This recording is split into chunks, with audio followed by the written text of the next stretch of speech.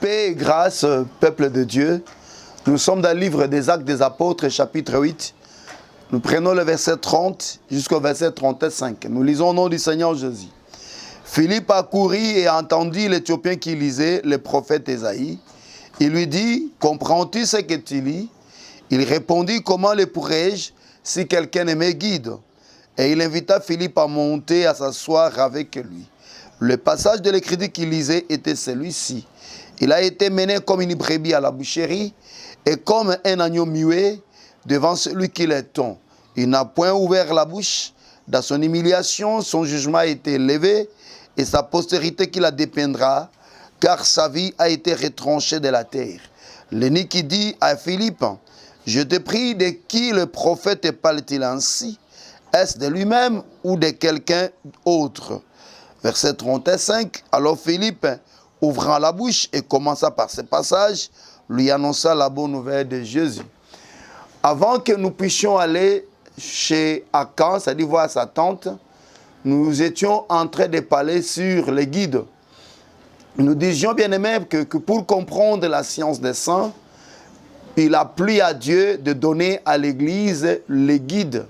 Et quand nous parlons du guide ici, nous voyons le ministère de la parole. Et en parlant du ministère de la parole, nous voyons les 5 dons ministériels, c'est-à-dire les Éphésiens 4. Et nous avions dit que, bien aimé, les Éphésiens 4 sont des guides, ou alors le ministère est un guide que Dieu a donné à l'Église comme don, afin d'apporter l'éclairage pour que le peuple de Dieu puisse comprendre et appréhender, puisse avoir la connaissance de la science des saints. Que le Dieu de cieux vous bénisse. Et ceci nous avait amené voir le frère Salomon. Et en voyant frère Salomon, c'est comme ça que nous sommes partis voir la tante d'Akan. Et aujourd'hui, bien aimé, nous allons retourner chez frère Salomon pour voir encore d'autres éléments ou ajouter 1 ou 2 éléments dans le but de bien connaître le guide. Vous comprendrez avec moi, bien aimé, que le grand problème qu'ont les assemblées aujourd'hui, je ne vais pas parler de l'Église, mais des assemblées, bien aimé, l'un des grands problèmes qu'ont des assemblées aujourd'hui, c'est le problème ministériel. C'est-à-dire qu'aujourd'hui, bien aimé, le jézabélisme a pris place dans plusieurs assemblées. Quand je parle de jézabélisme ici, je vais rappeler ce que je disais. Je disais que sur le plan prophétique, nous savons que Jézabel, c'est cette religion apostate romaine appelée autrement Babylone la Grande. Ça, tout le monde connaît qu'en parlant de Jézabel, on voit cette religion apostate romaine. Mais deuxièmement, en parlant aussi du jézabélisme, dans le jézabélisme, nous voyons aussi, bien aimé, quant à la doctrine, toutes les femmes qui prêchent, et parce que le ministère n'a jamais été donné à la femme. Mais en parlant du jézabélisme aussi, nous voyons le maquillage, tout ce que nos sœurs, ou alors ce que nous appelons sœurs, sont en train de faire. Et pourquoi pas aussi certains frères aussi.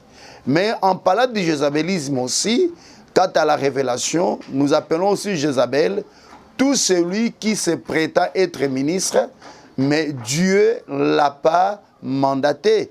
Aujourd'hui, nous avons aussi des hommes que nous appelons des Jézabel, c'est-à-dire des personnes qui se sont improvisées dans le ministère, qui se sont établis prophètes.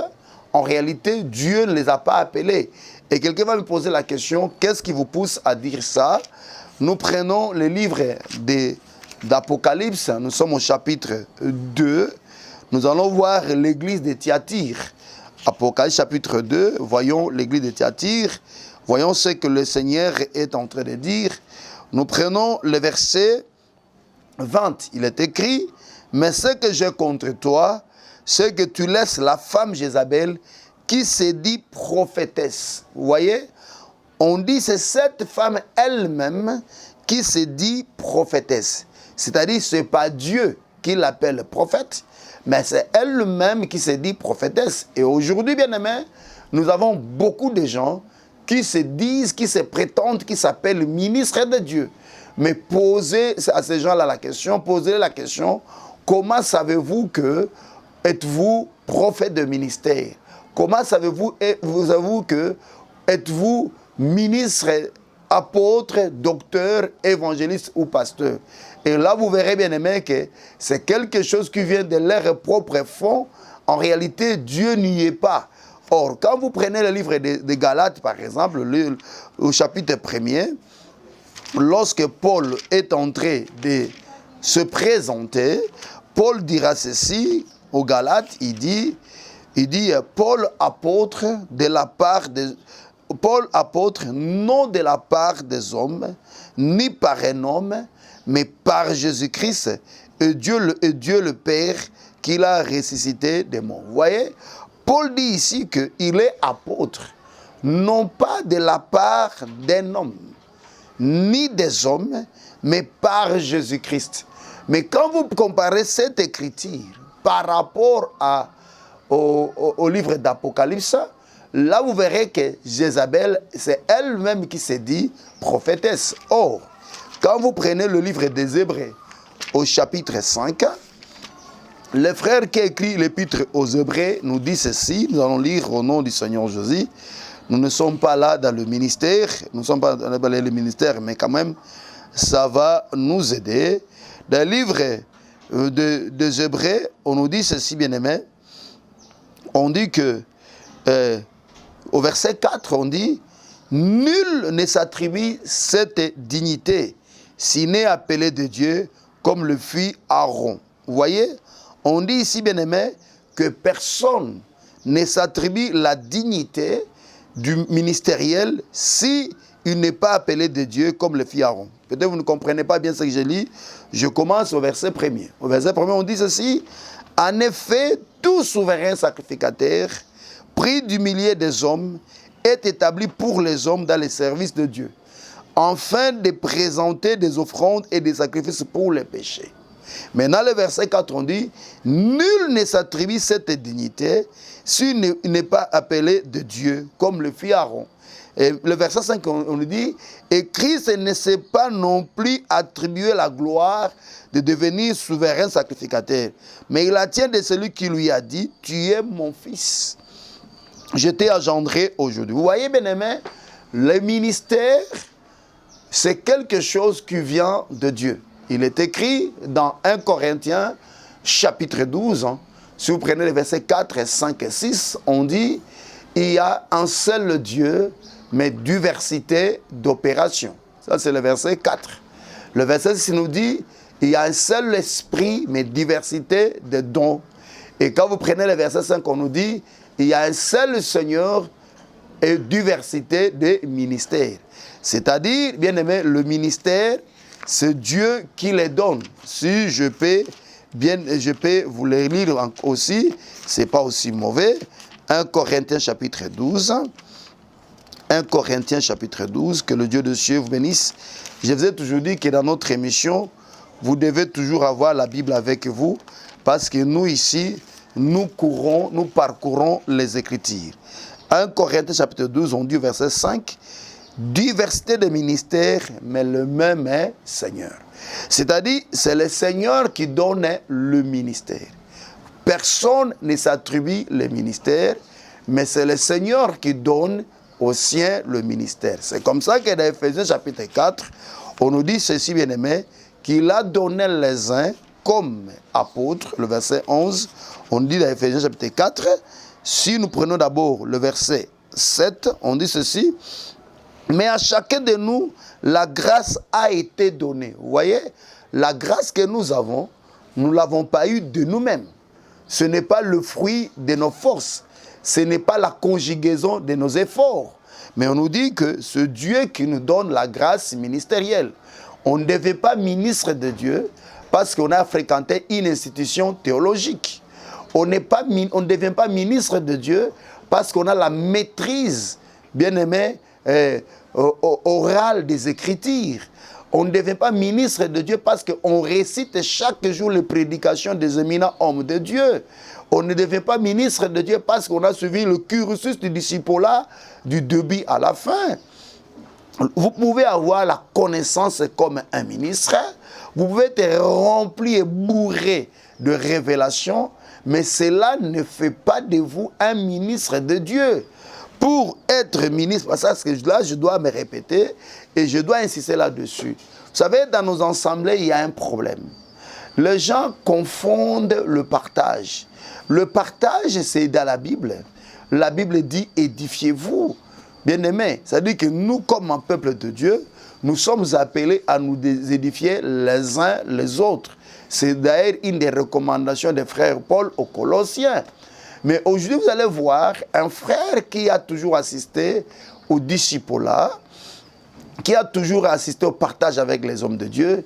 Une fois qu'il acquiert une certaine connaissance, le frère commence à forcer les hommes de Dieu à lui donner ou à lui attribuer le ministère.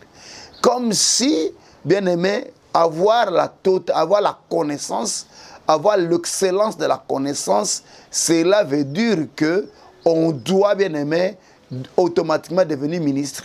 Or, on oublie que dans Ephésiens 4, on nous dit que Dieu a établi dans l'Église les prophètes, les apôtres, les prophètes, les docteurs et les pasteurs pour le perfectionnement des saints en vue de l'œuvre du ministère jusqu'à ce que nous atteignions la stature parfaite de Christ.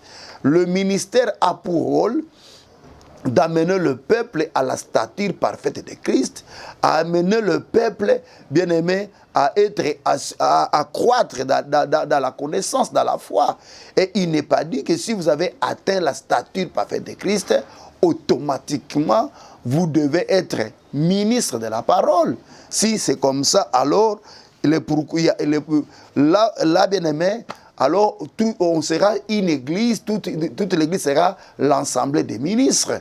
Bien-aimé, n'est-ce pas qu'il est écrit que c'est à travers l'église que le monde connaît la sagesse infiniment variée de Dieu.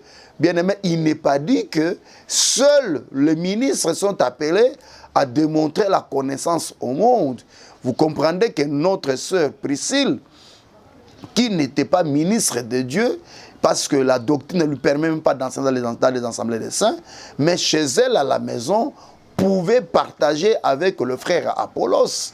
Vous avez compris, bien-aimé? Donc, il n'est pas dit que parce que vous avez suivi le cursus normal de discipulat, il n'est pas dit parce que vous habitez à côté d'un homme de Dieu, ou vous l'accompagnez chaque jour dans ses missions, que chaque fois l'homme de Dieu partage avec vous, et que vous avez toute une série de versions bibliques, que cela fait de vous automatiquement ministre de Dieu. Et c'est ça le piège. Et puis, je ne vois pas seulement le peuple de Dieu, mais je vois aussi le ministre. Aujourd'hui, le ministre bien-aimé établit certains frères dans le ministère, non pas par l'ainsi par l'Éternel, non pas par révélation, mais parce que seulement le frère démontre de connaissance, démontre de révélation. C'est un peuple qui réfute le contradicteur, il est tellement zélé, et à partir de ces éléments-là, on le déclare ministre. Et c'est comme ça qu'aujourd'hui, on a trop de Jézabel, on a trop de ministres, on a des ministres pour rien. Or, bien aimé, et la plupart de ces gens, quand vous les vérifiez, vous trouvez qu'en réalité, ce ne sont pas des authentiques ouins. Ici, bien aimé, quand vous prenez le verset 7, on dit « Mais à chacun de nous, la grâce a été donnée selon la mesure du don de Christ. » C'est Christ qui donne la grâce. Et quand vous prenez le ministère, et maintenant, quand vous prenez le verset 11, on dit « Il a donné les uns comme apôtres. » Vous avez compris?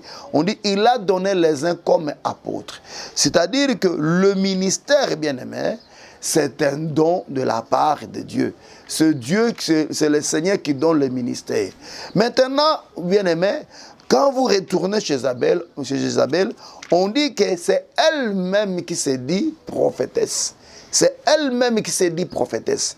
Donc ce n'est pas Dieu qui l'a établi prophétesse, mais c'est elle-même. Et c'est ça aussi ce que nous vivons aujourd'hui. Nous avons beaucoup de gens qui s'appellent ministres de Dieu, mais en réalité, ce sont de Jézabel, ce sont des personnes que Dieu n'a pas établies, mais qui se sont établies eux-mêmes.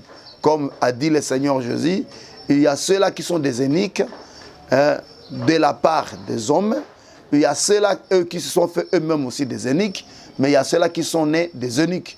Et bien aimé, dans le ministère, on ne le devient pas de la part des hommes, ni par soi-même, mais ça doit être Dieu qui vous établit ministre. Alors bien aimé, je disais que l'un des problèmes qu'a l'Église, à cause du temps on doit aller vite, l'un des problèmes qu'a l'Église, c'est le problème ministériel. Et pourquoi? Parce qu'on a introduit dans le ministère certaines personnes que Dieu ne les connaît pas dans les sacerdoces. Maintenant, bien aimé, quand vous retournez dans Hébreux, là où nous étions, au chapitre 5, la Bible nous dit ceci, on dit que tout souverain sacrificateur pris au milieu des hommes et établi. Vous voyez, bien aimé, ce n'est pas le souverain sacrificateur qui s'établit, qui lui-même, de lui-même s'établit dans le ministère, mais il est établi par quelqu'un d'autre. Mais qui établit, bien aimé, dans le ministère? C'est Dieu. On dit ceci, on dit, quand il est établi, il ne s'attribue pas cette dignité s'il n'est pas appelé de Dieu. Vous comprenez? C'est-à-dire que pour, bien aimé, s'attribuer la dignité ministérielle, d'abord, on ne s'attribue pas, c'est Dieu qui vous donne ça. Mais pour se faire prévaloir qu'on a le ministère, il faudra que Dieu vous a appelé et Dieu lui-même vous a établi. Et ici, l'appel bien-aimé, on a déjà prêché ça un jour. On avait dit que dans la Bible, on a deux sortes d'appels. On a l'appel direct et l'appel indirect. L'appel direct, c'est quand Dieu s'adresse directement à son serviteur. Mais cet appel aussi, Dieu la confirme par d'autres témoignages, parce qu'il est écrit, le témoignage, pour que le témoignage soit vrai, il est démontré, il faut qu'il y ait 2 ou 3 témoins. Et c'est comme ça, vous verrez que même Christ lui-même, en venant, il était déjà témoigné par Moïse. Moïse l'avait témoigné, Jean-Baptiste l'avait témoigné, le Saint-Esprit l'a témoigné. Vous comprenez bien aimé? Donc, quand quelqu'un se dit que Dieu l'appelle au ministère, Dieu va les témoigner à travers le ministère qui sont là-bas, le ministère qui est là-bas, c'est-à-dire le Père qui sont là-bas. Mais Dieu peut le témoigner aussi à travers les dons. Vous voyez, et on dit ceci, bien aimé, même Christ non plus ne s'est pas non plus attribué la gloire de devenir souverain sacrificateur, mais il le tient de celui qui lui a dit, tu es mon fils, je t'ai engendré aujourd'hui. On dit, il le tient de celui qui lui a dit. Donc le ministère, nous l'avons reçu de la part de Dieu.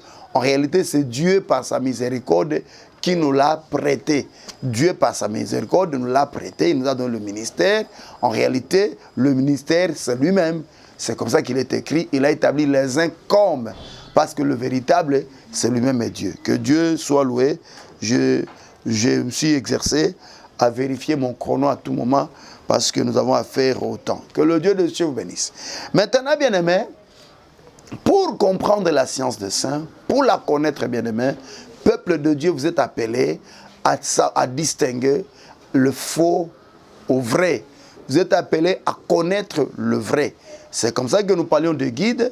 Et en parlant de guide, nous étions partis voir le frère Salomon. Et aujourd'hui encore, nous allons encore le voir. Nous sommes dans le livre d'Ecclésiaste. Vous voyez que nous avons quitté la terre d'Acan. Nous sommes retournés chez le frère Salomon. Nous prenons le livre d'Ecclésiaste, chapitre 12. Que le Dieu de Dieu vous bénisse. D'ailleurs, le nom Ecclésiaste signifie prédicateur. Je n'ai pas voulu dire le mot, mais j'ai dit le nom Ecclésiaste. C'est-à-dire que Ecclésiaste signifie prédicateur. Et l'Ecclésiaste dont on parle ici, c'est Salomon. Maintenant, nous sommes dans l'Ecclésiaste chapitre 12. Nous allons prendre, bien aimé, le verset 11. On dit ceci, on dit, verset 11, « Outre que l'Ecclésiaste fut un sage, il a encore enseigné la science au peuple. Et il a examiné, sondé, mis en ordre un grand nombre de sentences. » L'Ecclésiaste s'est efforcé de trouver les paroles agréables. Ce qui a été écrit avec droiture, ce sont des paroles de vérité. Les paroles des sages, on ne se limite pas là. Nous avons déjà expliqué dans cette émission que le guide doit être un sage. Le pourquoi du sage, on l'a expliqué. On a expliqué aussi le pourquoi d'enseigner. C'est-à-dire que tout ministre, c'est un enseignant. Qu'il soit évangéliste, apôtre, pasteur, c'est d'abord un enseignant. On a expliqué ça aussi. Et nous sommes en train d'emmagasiner nos enseignements sur notre YouTube. Nous sommes sur notre YouTube, Tchotcho Kipwani TV. On a changé, on a aussi la découverte prophétique, mais nous avons préféré emmagasiner sur Tchotcho Kipwani TV pour que les gens se retrouvent facilement. Et puis nous sommes aussi en train d'emmagasiner sur notre page Facebook. Donc si vous nous suivez sur Facebook, vous allez sur notre page Facebook Tchotcho Kipwani et vous verrez sur notre page là, je n'ai pas dit contre mes pages, là nous sommes en train d'emmagasiner petit à petit et toutes les émissions qu'on a réalisées dans cette émission, qu'on a réalisées sur ce sujet, vous les aurez là-bas. Et puis aussi sur YouTube, nous allons petit à petit et Dieu fera grâce. Et bien aimé, on a expliqué le pourquoi du sage, le pourquoi de l'enseignement et le pourquoi d'examiner et de sonder. Maintenant, c'est d'ailleurs aussi le pourquoi de sonder qui nous a amené à voir la tente d'Akan. Maintenant, aujourd'hui, nous allons commencer avec mise en ordre un grand nombre de sentences. C'est-à-dire qu'un ministre de Dieu, il s'est fait reconnaître dans la capacité aussi de mettre plutôt en ordre le grand nombre de sentences.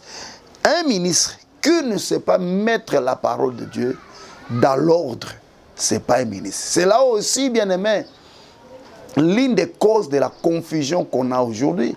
Il y a des gens qui vous disent qu'ils ne sont plus sous la loi, qu'ils sont sous la grâce, mais quand vous suivez leur prédication, bien aimé, c'est la loi. Ils vous enseignent matin, midi, soir la loi, mais dans leur bouche, ils vous disent que nous ne sommes plus sous la loi, nous sommes maintenant sous la grâce. De ministres qui ne savent pas distinguer les dispensations.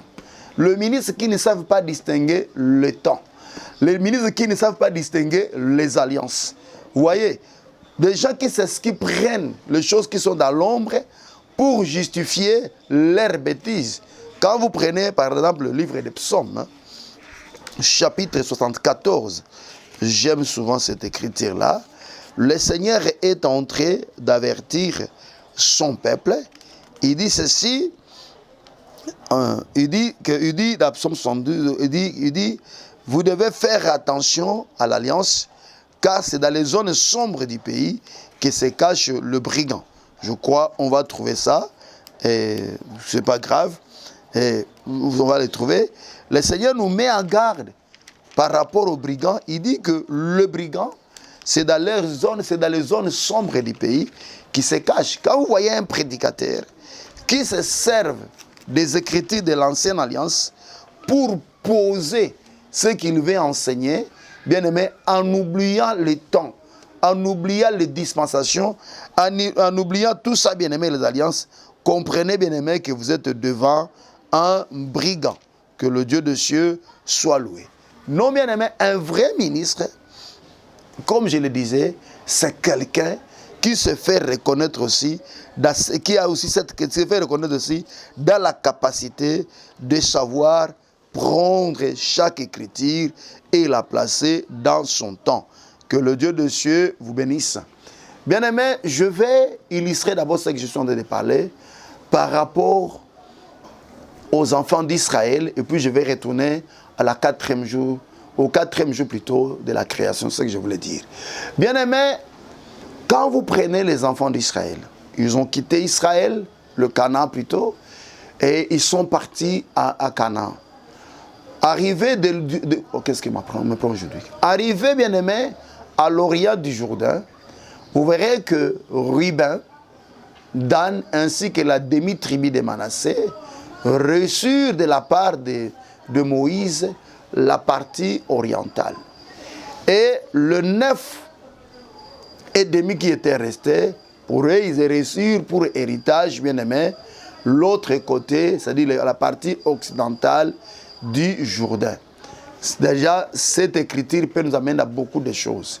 Déjà, en voyant le 9,5 qui sont passés, et en voyant le 2 tiers, le 2,5 plutôt qui sont restés, je ne sais pas ce qui m'arrive aujourd'hui, ça nous parle aussi, ça nous typifie aussi de l'enlèvement, parce que les 9 tribus qui ont traversé, c'est aussi l'image des nations, et la demi-tribu de Manassé qui était partie, qui avait traversé aussi, qui réussit aussi son héritage de l'autre côté, c'est ça aussi, bien-aimé, le reste d'Israël qui sera enlevé. Parce qu'il y a beaucoup de gens qui croient que lors de l'enlèvement, aucun enfant d'Israël fera partie de l'enlèvement. C'est faux. Bien-aimé, c'est vrai, tout Israël ne sera pas enlevé, mais en Israël, il y a un reste qui sera enlevé, entre autres le frère Paul, le frère Pierre, le frère Nathanaël, ce sont nos frères, mais ils sont Israël. Donc, en voyant le 9 tribus traverser plus la demi-tribu de Manassé, dans un autre langage, dans le langage prophétique, ça parle aussi de l'enlèvement. L'enlèvement, bien lors de l'enlèvement, l'Église sera composée des nations, ainsi que le reste d'Israël qui avait cru au Seigneur pendant ces temps de la grâce. Mais la grâce ne se limite pas, bien aimé, au temps des nations. La grâce ne se limite pas avec l'Église, c'est plutôt l'enlèvement, mais la grâce ira en Israël après l'enlèvement de l'Église. Que Dieu soit loué. Donc, on peut prendre cette lecture comme ça aussi, et en voyant la tribu des Ruben, ainsi que la tribu de Gad, et la demi-tribu de Manassé qui était restée de l'autre côté, dans le langage prophétique, c'est ça aussi, bien aimé, le reste aussi, l'autre majorité d'Israël, qui va rester par incrédulité, qui ne participera pas à l'enlèvement. Que le Dieu de cieux bénisse. Mais nous continuons, bien aimés, mais apprenant aussi les 12 tribus, nous savons que les 12 tribus, ça parle aussi des Écritures. Parce qu'en parlant des 12 tribus, en voyant le nombre 12, nous voyons aussi l'enseignement. Nous voyons aussi les Écritures. Et vous comprendrez, bien aimé, que quand Moïse avait donné à Ruben, à Gad, ainsi qu'à la demi-tribu de Manassé, bien aimé, leur partie, mais Josué leur demandera que, mais on leur demandera plutôt que lorsque leurs frères vont traverser, qu'ils devaient aussi aider leurs frères à conquérir la partie occidentale. Et là, vous comprendrez avec nous, on nous dit bien aimé que les hommes, c'est-à-dire qu'à partir de l'âge de 20 ans jusqu'en haut, les hommes de Ruben, les hommes de Dan, de Gad plutôt, ainsi que de la demi-tribu de Manassé, ils ont traversé avec leurs frères pour les aider à conquérir leur territoire. Mais à ce moment-là, ils avaient laissé de l'autre côté du Jourdain leurs femmes ainsi que les enfants, c'est-à-dire tous ceux qui avaient moins de 20 ans. Donc par là aussi, nous comprenons bien aimé que, en parlant en termes des Écritures, en parlant en termes d'alliance, nous voyons aussi bien aimé que le deux côtés du Jourdain, ça parle aussi de deux alliances. C'est-à-dire que le côté occidental, ça nous parle aussi de l'alliance de la grâce. Et le côté oriental, ça nous parle aussi de l'alliance de la loi. Et vous verrez qu'il y a des Écritures, il y a le peuple qui était resté de l'autre côté, qui n'avait pas traversé, mais il y a le peuple qui était de l'autre côté, mais qui avait traversé et puis qui était retourné. Pour dire aussi que dans cette parole, dans cette Bible, bien aimé, que le frère Salomon appelle aussi le livre de vérité, vous allez comprendre, bien aimé, qu'il y a des Écritures. Il y a des Écritures qui sont restées dans l'ancienne alliance, mais il y a des Écritures, bien aimés, qui ont traversé aussi dans la nouvelle alliance. Et un ministre de Dieu, un ministre responsable, il doit avoir cette capacité de comprendre, de discerner, bien aimé, parce que la connaissance a pour demeure le discernement. La connaissance réside dans le discernement. Et le ministère a cette capacité, bien aimé, de nous faire voir les Écritures qui sont restées dans l'ancienne alliance et les Écritures qui ont traversé. Et un vrai ministre de Dieu, c'est celui-là qui connaît, bien aimé, distinguer les Écritures qui se sont limitées à l'ancienne alliance et les Écritures qui sont passées à la nouvelle alliance. J'ai déjà parlé de ces choses dans cette émission. Malheureusement, quand vous n'avez pas de bons guides, bien aimé, ces guides-là ne vous aideront pas. Ces guides-là ne vous aideront pas. C'est comme ça qu'aujourd'hui, on vit une forte confusion. Jusqu'aujourd'hui, on continue à parler des autels aux enfants de Dieu. Jusqu'aujourd'hui, on continue à parler des liens aux enfants de Dieu. Jusqu'à aujourd'hui, on continue à parler de la malédiction des pères aux fils, aux enfants de Dieu. Oubliez bien aimé que ces choses-là, à la croix, ont pris fin. Vous comprenez bien aimé. Donc que le Dieu des cieux vous bénisse. Tout ça, c'était une illustration, bien que l'illustration a pris beaucoup de temps. Maintenant, nous retournons bien aimé. Nous allons voir Genèse chapitre 1er. Aujourd'hui, nous introduisons seulement comment est-ce qu'un ministre de Dieu doit mettre de l'ordre dans les Écritures. On a dit que pour comprendre un guide, le guide, c'est celui aussi qui a la capacité de mettre plusieurs sentences en ordre. C'est-à-dire que dans le langage d'un ministre de Dieu, il n'y a pas la cacophonie, il n'y a pas la confusion, il n'y a pas le désordre, parce que le ministre de Dieu, c'est le fils d'Issachar. Et en tant que fils d'Issachar, il connaît, discerner le temps. Que le Dieu des cieux vous bénisse. Ceci me pousse avant que je voie Genèse. Ça me rappelle cette écriture. Et nous allons prendre un chronique. Nous allons prendre un chronique, bien que c'est une écriture qui nous est venue comme ça. Ça va nous aider. Un chronique. Que le Dieu des cieux vous bénisse. Que le Dieu des cieux vous bénisse. Et nous sommes amoureux de la Bible à papier. C'est comme ça que, vous voyez, dans nos enseignements, nous sommes plus avec la Bible à papier parce que nous aimons plus la consulter que autre chose. On n'a pas dit que les Bibles d'Android ne sont pas bonnes, mais seulement nous là, nous aimons plus la Bible à papier. Nous prenons bien aimé un chronique, chapitre 7, si Dieu peut nous aider. Nous allons prendre le verset, nous allons prendre le verset, je ne sais pas si c'est l'écriture que j'ai cherché. On dit ceci, nous prenons un chronique chapitre 7, excusez-moi, si je peux trouver cette écriture.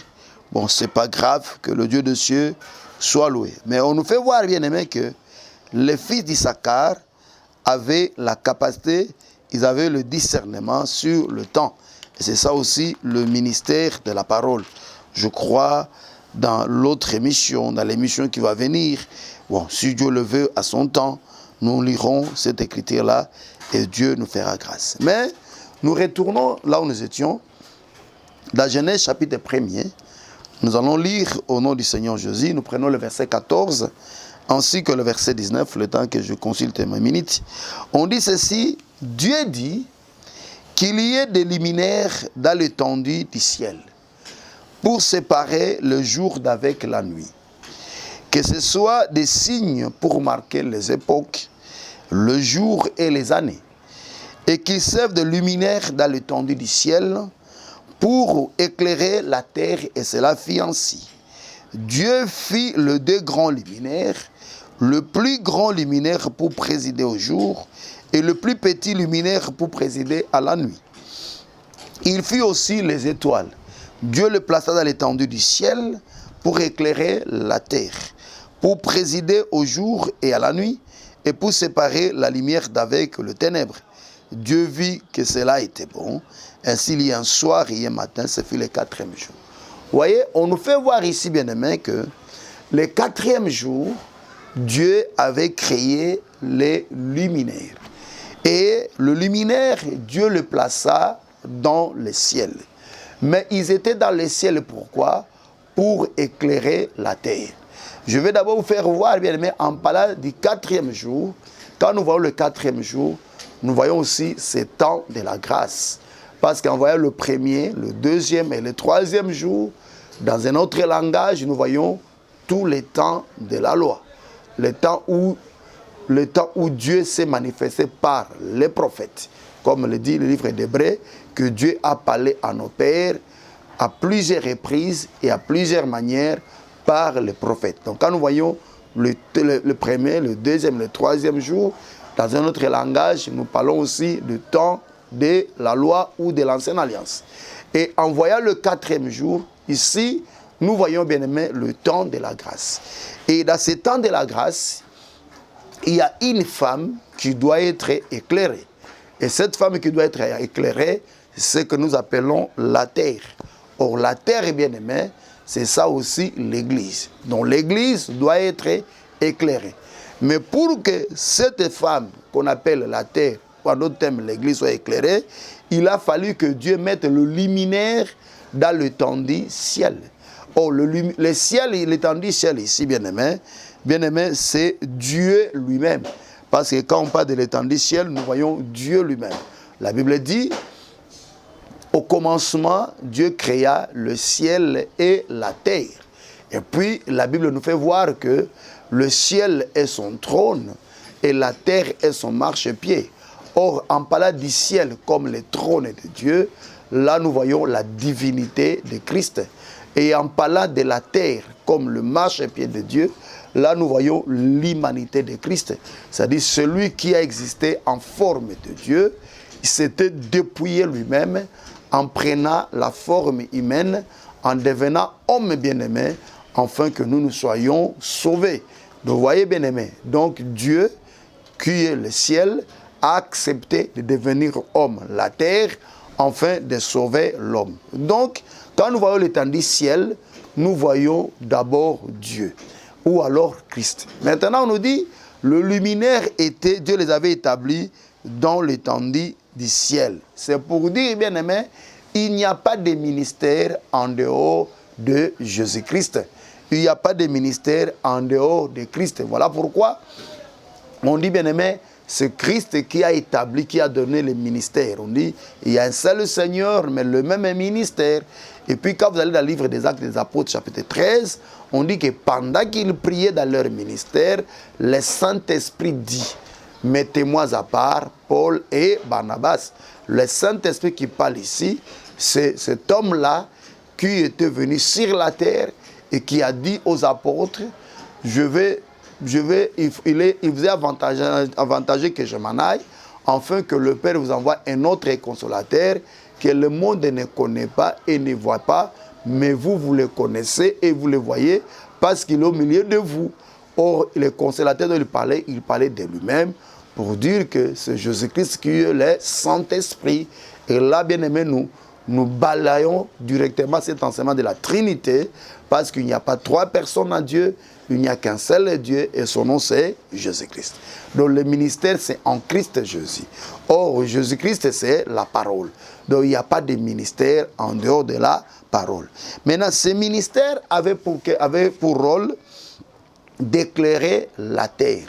Mais écoutez, pas seulement éclairer la terre, on nous dit ici, là je ne fais que, mon temps, il me reste 2 minutes, ici on nous fait voir que le luminaire qui était au-dessus avait pour rôle, bien aimé, de marquer le temps, de séparer le jour avec la nuit, d'apporter l'éclairage, de présider. Vous voyez, ça dit que quand vous prenez le verset 14, on dit qu'il y ait des luminaires dans l'étendue du ciel pour séparer le jour d'avec la nuit. C'est-à-dire que le ministère avait reçu de la part de Dieu la grâce de séparer, bien aimé, le temps. C'est-à-dire qu'un véritable guide, on va y retourner, là nous flashons seulement, un véritable ministre, bien aimé, il se fait reconnaître par cette capacité de savoir séparer le temps. C'est quelqu'un qui a la maîtrise des dispensations, des alliances, des temps. Quand vous voyez, vous êtes devant quelqu'un qui n'arrive pas à maîtriser le temps, les dispensations, les alliances, sachez-le bien, mais il va vous faire tomber dans plusieurs confusions. C'est comme ça aujourd'hui, vous voyez, beaucoup sont troublés par des enseignements, par des enseignements qui n'ont pas de fondement. Pourquoi? Parce qu'en réalité, les ministres qui sont devant eux ne savent pas, bien aimé, distinguer les dispensations. Si nous pouvons encore continuer, on dit que ce soit des signes pour marquer les époques, les jours, les années. Tout ça, on va voir ça. On dit au verset 15, et qui servent de luminaire dans l'étendue du ciel pour éclairer la terre. Oui, bien aimé, le ministère est là pour apporter la lumière. Et tout ça, nous le verrons. Et pas seulement ça, présider. Vous avez compris. Et tout ça, bien aimé, c'est ce que Salomon avait fait. C'est-à-dire que Salomon, c'était un véritable ministre. Salomon, c'était un véritable guide. C'était tout un ministère, bien aimé, qui servait de guide. Et bien aimé, parce que là, on a atteint notre temps. Donc, dans l'émission prochaine, ce n'était que juste une introduction. Dans l'émission prochaine, nous y reviendrons. Nous allons continuer pour vous démontrer comment reconnaître un guide, un véritable ministre, comment reconnaître le vrai ministère, parce que le véritable guide, c'est Jésus-Christ. Et bien aimé, comment le reconnaître, comment reconnaître un véritable 1 Éphésiens 4, pour que vous ayez la connaissance de la science des saints. Mais néanmoins, vous devez déjà retenir que parmi les éléments pour connaître un véritable ministre, il y a cette capacité de séparer le temps, les dispensations ainsi que les alliances. Sinon, on tombe dans la confusion. Un véritable ministre, c'est fait reconnaître dans la capacité de nous éclairer sur le temps, de nous éclairer sur les dispensations ainsi que les alliances, nous éclairer sur les Écritures. Vous avez compris? Et bien aimé, c'est quelqu'un qui sait nous conduire. Quand on ne parle pas de présider, c'est quelqu'un qui sait nous conduire dans les Écritures par rapport au temps, par rapport aux dispensations, par rapport aux alliances. Que le Dieu des cieux vous bénisse. Avant que nous prions pour vous, que le Dieu des cieux soit loué, avant que nous prions pour vous, nous disons ceci, nous sommes sur YouTube, Tchatcho Kipwani TV, donc vous pouvez nous consulter là-bas sur YouTube. Je crois que notre bien-aimé Mouchele, que je remercie, ne va pas écrire en bas la découverte prophétique, mais va écrire Tchatcho Kipwani TV pour que vous nous suivez. Et là, nous emmagasinons nos prédications.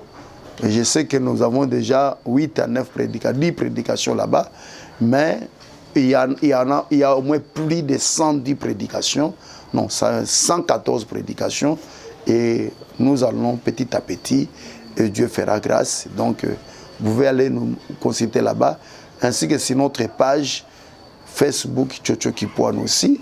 Là-bas aussi, on va magasiner. On a plus de 110 prédications qu'on a enregistrées. Et vous pouvez aussi nous suivre là-bas. Dieu fera aussi grâce. Que le Dieu de cieux vous bénisse. Nous sommes sur Kitega numéro 50, dans la commune de Barumbu. Kitega numéro 50, dans la commune de Barumbu. Non loin des avenues Bokassa. Ainsi que, on peut me dire s'il reste combien de minutes, parce que mon chrono s'était arrêté ici. Nous sommes dans la commune de Bokassa, nous sommes dans la commune de Barumbu. Donc nous sommes Kitega numéro 50, commune de Barumbu, non loin des avenues Bokassa et Bakongo. Nous nous réunissons là-bas chaque mercredi à partir de 17h à 19h30, chaque vendredi de 17h à 19h30 et puis tout le dimanche de 9h à 12h. Vous pouvez venir nous voir là-bas et le Dieu de cieux va aussi vous visiter.